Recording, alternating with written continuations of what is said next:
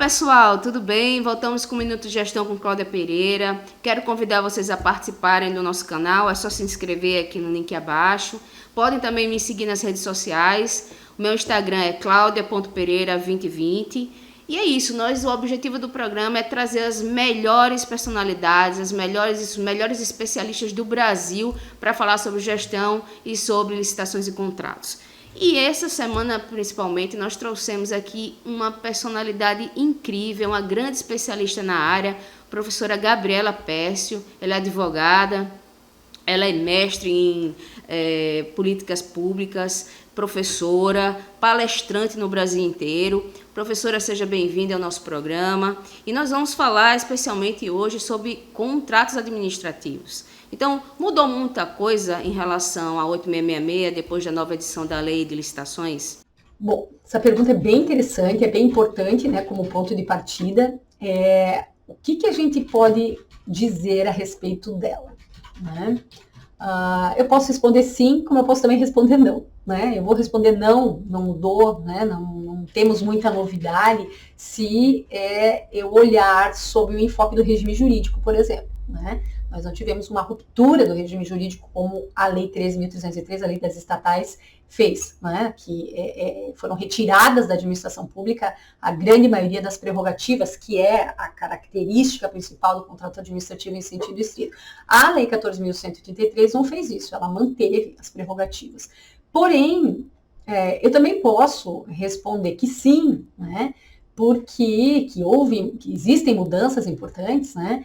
Porque, ao mesmo tempo que essas prerrogativas foram mantidas, nós percebemos que houve uma limitação ao exercício, uma limitação maior ao exercício dessas prerrogativas e uma tendência de prestigiar o contratado da administração em uma série de situações, como, por exemplo, né, a mais tradicional delas, é a redução do prazo de tolerância para o atraso no pagamento. Não é o ponto em que nós queríamos que tivesse chegado, né, que era realmente uma proteção maior do contratado em relação a esse aspecto, mas ela reduz o prazo de 90 para 60 dias e traz também um mecanismo que é a administração pública estar obrigada a responder ao contratado e ter prazo para responder ao contratado em diversas situações em que ele eventualmente solicite manifestações da administração. Então, esses e outros dispositivos nos dão aí a entender que existe sim uma tendência a um maior prestígio ao contratado, ao princípio da boa-fé, né?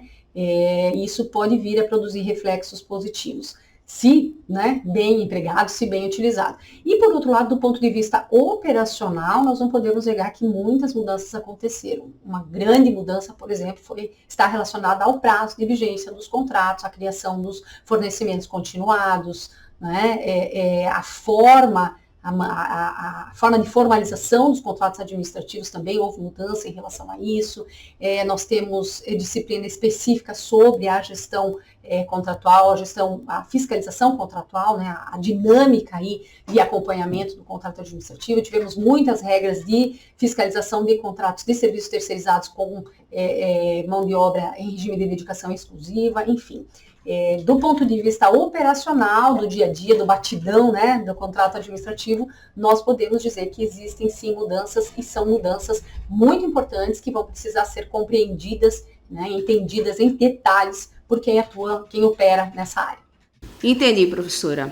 Professora, um tema que sempre é muito discutido, é sempre muito polêmico, inclusive, é a questão do reequilíbrio econômico-financeiro. Mudou muita coisa em relação ao reequilíbrio financeiro? Como é que ficou o reequilíbrio financeiro dos contratos? Em relação ao reequilíbrio econômico-financeiro, assim compreendido, né, um termo mais genérico, né, um gênero, digamos assim, do qual a revisão, o reajuste e a repactuação são espécies, isso se manteve, né, essa essência aí do reequilíbrio econômico-financeiro se manteve. Nós temos alguns destaques, sim. Bom, ela incorporou toda a ideia de repactuação para os contratos de prestação de serviços terceirizados com cessão de mão de obra em regime de dedicação exclusiva. Então, tudo aquilo que vinha da Instrução Normativa número 5 de 2017 do Ministério do Planejamento foi trazido, né? A grande maioria, as principais regras foram trazidas para dentro da Lei 14.133. Nós temos a alocação de riscos, né, a utilização da matriz de riscos em alguns contratos principais, em alguns contratos de destaque, né, que trazem uma complexidade maior, como a contratação integrada, semi-integrada, os contratos de maior vulto. Então, a matriz de risco se tornou obrigatória, e a matriz de risco é uma antecipação, né, da disciplina, ou das discussões, digamos assim, sobre com quem fica a responsabilidade, ou o risco de cada situação que pode vir a acontecer dentro do contrato e afetar a equação econômico-financeira. Então, se minimizam as discussões futuras, porque o que está na matriz de risco não será futuramente objeto de termo aditivo como regra, né? E nós tivemos um outro destaque, né? Eu particularmente sempre fui contra isso, mas isso acabou se reafirmando na Lei 14.133, que é a incorporação da ideia da preclusão lógica, né? Da preclusão tácita, em relação aos pedidos de reequilíbrio econômico-financeiro. Na Lei 14.133, isso foi tratado de uma forma genérica, então todo e qualquer pedido de reequilíbrio econômico-financeiro precisa ser feito antes das prorrogações e antes do término dos contratos, seja ele revisão, reajuste e repactuação, muito embora, né, e aí um ponto positivo, o término do contrato, a rescisão, a extinção do ajuste não impeça a concessão de reequilíbrio econômico-financeiro, que também era um ponto que as pessoas tinham bastante dúvida, que normalmente gerava bastante controvérsia. Então, acabou o contrato, se houve a solicitação do contratado antes do término do contrato, nós teremos aí a possibilidade, né, ou eventualmente até mesmo o dever da administração de conceder o reequilíbrio econômico-financeiro se devidamente comprovado no processo. Então, essas questões me parece que são as principais, né, nesse primeiro momento, a serem levantadas, as mudanças que nós podemos apontar. Mas, lembrando agora, né, de uma outra questão, e que eu tenho interpretado de uma maneira positiva, já tenho visto aí algumas críticas em relação a isso, mas houve uma mudança na redação relacionada à alteração ao reequilíbrio econômico-financeiro decorrente de uma necessidade superveniente, de um fato superveniente, previsível, né, de consequências incalculáveis. Então, a Lei 14.133, no tocante à revisão, me parece ter simplificado, né? Ela trouxe aí uma facilidade maior de caracterização da situação que gera o reequilíbrio econômico-financeiro. Simplesmente ela alia a ideia de revisão, de reequilíbrio econômico-financeiro, à demonstração da impossibilidade do cumprimento nas bases inicialmente avançadas. Então, independe de se demonstrar se é um fato superveniente, ou se é superveniente é das suas consequências, se é um caso fortuito ou força maior, enfim, né? Essas questões que normalmente traziam maior complexidade, tanto ao pedido quanto à decisão da administração, elas foram eliminadas, ao menos, né, nessa primeira leitura que nós fazemos. Então, esta simplificação me parece bastante positiva do ponto de vista tanto da administração, né, que não terá essas definições, não estará presa a essas definições legais, muito mais ainda para o contratado, porque as chances aumentam, né, de uma resposta positiva. Professora Gabriela Pécio, eu gostaria que a senhora explanasse em relação aos aditivos contratuais. O que foi que mudou em relação aos aditivos? Continua na mesma sistemática? Sim, também tivemos, né, modificações importantes quando nós falamos das alterações contratuais, dos famosos aditivos, né? Algumas podem ser destacadas, algumas questões aí podem ser destacadas.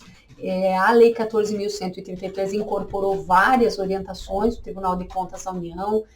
Uma que a gente pode citar é aquela que está relacionada à impossibilidade da alteração contratual causada transfiguração do objeto que foi licitado. Então, né, isso era sempre colocado ao nível de doutrina, a gente sempre colocava muito isso nos cursos, né? Você não pode, por um termo aditivo, transformar o teu objeto contratado em algo muito diferente da essência daquilo que daquilo que foi licitado. Então, essa era uma orientação já muito clássica do Tribunal de Contas da União, e isso foi incorporado dentro da Lei 14.133. Nós temos uma limitação mais clara agora sobre a aplicabilidade dos percentuais, né, do percentual de 25% sobre o valor inicial atualizado do contrato, Também as alterações qualitativas, que era um ponto de divergência na doutrina, então agora nós não temos mais essa dificuldade, né? Não era bem uma dificuldade, a doutrina já se posicionava, o Tribunal de Contas da União também já se posicionava, porém, né, hoje isso está claro dentro da Lei 14.183, nós não temos mais a previsão para as alterações consensuais qualitativas e quantitativas acima do limite de 25%. Então, aquele dispositivo da 8666, o parágrafo 2º, do artigo 65, dizia que nenhum acréscimo ou supressão poderia extrapolar os 25%. Hoje nós não temos mais esse limite para as supressões contratuais. Então, isso pode gerar aí uma outra forma, né, de fazer as coisas, né, dizendo-se que nós temos, né, a possibilidade de uma supressão consensual, ainda que não exista essa previsão na lei, né? Não é possível que nós passemos a entender pela falta de previsão legal, pela impossibilidade de qualquer supressão unilateral acima do limite de 25%. É um ponto que talvez vai gerar uma certa polêmica, mas o meu entendimento é nesse sentido, né, de que a gente tenha aí uma abertura, ainda que não haja essa previsão normativa.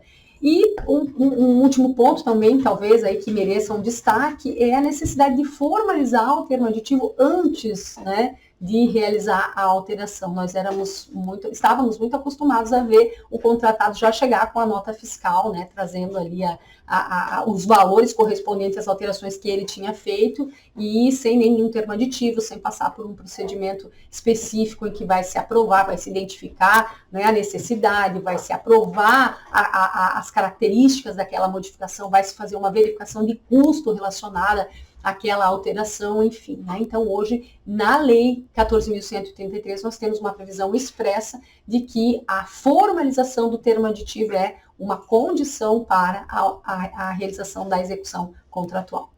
Pessoal, vamos para um rápido intervalo e voltamos daqui a pouquinho. Os processos licitatórios em órgão público são sempre motivo de dor de cabeça. Controlar tudo que envolve esses processos é praticamente impossível. O Licite Legal surge como uma ferramenta imprescindível para resolver os problemas dos processos administrativos, incluindo as licitações. Com ele, você armazena os documentos na nuvem sem risco de extravio. O sistema é adaptável ao fluxo organizacional de cada unidade administrativa. Você pode visualizar a linha de tempo com indicação dos atos e prazos percorridos durante o processo administrativo. E ainda, controlar os prazos e quantitativos dos contratos ou atas de registro de preços. Você tem acesso às informações em tempo real de onde estiver. O sistema ainda oferece módulos de gestão de contratos e controle do envio dos processos licitatórios ao Tribunal de Contas do Estado, evitando multas e ações de improbidade. Ganhe mais segurança, eficiência e economia. Professora Gabriela Pécio, na sua opinião, qual foi o pior dispositivo que a Lei 9 de Licitações, né, a 14.183 de 2021, ela trouxe? Uma opinião bem pessoal, é lógico. A Lei 14.183 tem uma série de dispositivos que nós poderíamos dizer que estão mal escritos, né, que o conteúdo não é aquele exatamente que nós gostaríamos que fosse, né, as regras, as normas que são extraídas não são aquelas que nós gostaríamos que fossem, enfim, né. Mas se eu tiver que escolher, então, né, um dispositivo, eu vou escolher aqui, deixa eu ver na minha cola, abrir a minha leizinha aqui, é um dispositivo que eu já tenho visto muitas críticas e também já me vi com essa sensação, né, de que isso vai com certeza trazer bastante problema. Artigo 106, inciso 3, né, da Lei 14.133, diz o seguinte: a administração poderá celebrar contratos com prazo de até 5 anos nas hipóteses de serviços e fornecimentos contínuos observadas as seguintes diretrizes. E uma dessas diretrizes, que são 3, né, a terceira é: a administração terá a opção de extinguir o contrato sem ônus quando não dispuser de créditos orçamentários para sua continuidade ou quando entender que o contrato não mais lhe oferece vantagem. É uma situação de extrema gravidade. Então, ao mesmo tempo em que eu comentei aqui com vocês que a lei, sob um certo enfoque, ela prestigia o contratado, aqui parece que ela deu com uma mão e tirou com a outra, né? Porque a extinção sem ônus para a administração, ela não vai poder acontecer em toda e qualquer situação, né? Imaginem vocês um contrato de maior fôlego, um contrato de maior envergadura, em que haja maior investimento por parte do contratado, para que ele tenha aí, né, a possibilidade de um retorno efetivo, né, já que nós estamos falando de contratos com prazo de até 5 anos, como é que a administração vai extinguir o contrato sem ônus quando não dispuser de créditos orçamentários, ou simplesmente porque o contrato, na avaliação dela, não oferece mais vantagem? Então, eu penso que esse é um dispositivo que, na prática, vai trazer uma série de dificuldades, e já digo que não cabe em toda e qualquer situação. É preciso que se tenha uma atenção especial para que esse dispositivo seja afastado, essa possibilidade de extinção sem ônus seja afastada em algumas situações concretas. Então, vai depender muito, né, do que estiver constando em cada contrato. E o parágrafo 1º desse artigo 106 diz o seguinte: a extinção mencionada no inciso 3 ocorrerá apenas na próxima data de aniversário do contrato e não poderá ocorrer em prazo inferior a 2 anos contado da referida data. Já tivemos algumas discussões, né, entre grupos, né, de amigos, enfim, que estudam essa nova lei 14.133 para tentar entender o que ele quis dizer, né, até que nós chegamos a um consenso no sentido de que data de aniversário é quando o prazo do contrato completa 1 ano. Então, se é um contrato de 5 anos, a cada ano ele estará fazendo um novo aniversário. Então, no fim das contas, o que o dispositivo quer dizer? Que essa extinção sem ônus só vai acontecer na data de aniversário, né, depois de 1 ano, pelo menos, de vigência do contrato, e sucessivamente a cada ano, desde que a administração, 2 meses antes, oficie, informe o contratado sobre a sua intenção de não manter o contrato pelo prazo originalmente estabelecido. Mas é uma redação muito ruim, uma redação difícil, né? Então é importante que a gente fixe já algumas premissas desde logo para evitar problemas, né? Quando a situação concreta acontecer, esses problemas já sejam evitados. Concordo com a professora Gabriela Pécio. Realmente esses dispositivos são um pouco questionáveis.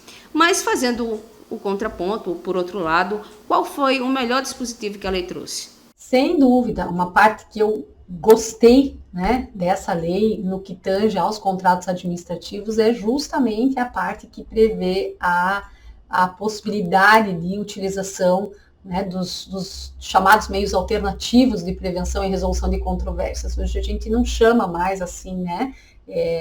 Já se critica muito essa ideia de que esses sejam meios alternativos, né? Já se demonstrou, ao menos, né, no setor privado, já se demonstrou que esses meios chamados alternativos, na verdade, são eficazes, são eficientes e que precisam ser considerados como primeira via, né, sem deixar, eliminando, portanto, essa ideia de que a primeira via é sempre o Poder Judiciário, né? Então, a lei traz esta possibilidade, então, de usar a conciliação, a mediação, o Comitê de Resolução de Disputas, que é o chamado Dispute Board, né, que nós já temos aí, em alguns grandes contratos já são utilizados, e a arbitragem também, né? Então, a lei, além de fazer essa previsão, ela traz, então, aí sim, uma disciplina muito importante, muito interessante, porque ela exemplifica, né, ela arrola ali as situações em que é efetivamente aplicável, né, a utilização desses meios alternativos de prevenção e solução de controvérsias, porque a grande questão, né, versava sobre o que pode ser objeto da mediação, o que pode ser objeto da conciliação. Então, ela é clara quando ela diz que essas formas alternativas serão aplicadas no caso de controvérsias que envolvam direitos patrimoniais disponíveis, como questões relacionadas ao restabelecimento do equilíbrio econômico e financeiro do contrato, ao inadimplemento do contrato, ao cálculo de indenizações, e aí a gente pode, inclusive, pensar em envolver a aplicação de sanções também, né, uma forma de conciliar, evitando-se a aplicação daquelas sanções previstas, né, as sanções suspensivas, que eventualmente vão gerar dano tanto ao contratado quanto à administração, a depender da situação.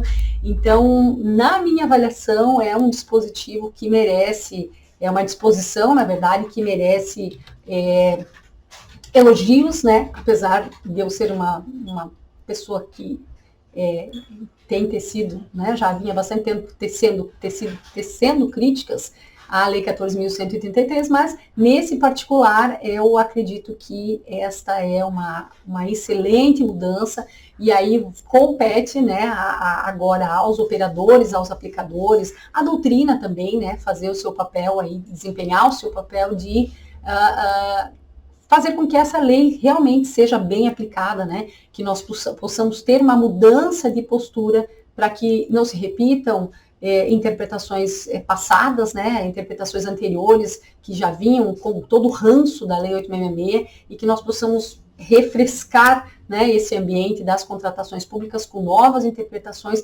mais adequadas às demandas desse nosso momento histórico, né, levando em conta diversas situações, diversos problemas que nós já vínhamos enfrentando e que muitas vezes não comportavam soluções por conta de jurisprudência sedimentada, por conta de doutrina né, já pacificada, enfim, né? Então, vejo que seja uma grande oportunidade aí para que nós possamos evoluir nesse tema, caso, né, a Lei 14.133 venha a ser bem aplicada, né? Aplicada de uma forma inovadora, de uma forma mais oxigenada. Professora Gabriela Pécio, gostaria novamente de agradecer a sua participação no nosso programa, falando sobre contratos administrativos, um tema sempre muito relevante, sempre muito importante para quem trabalha na área.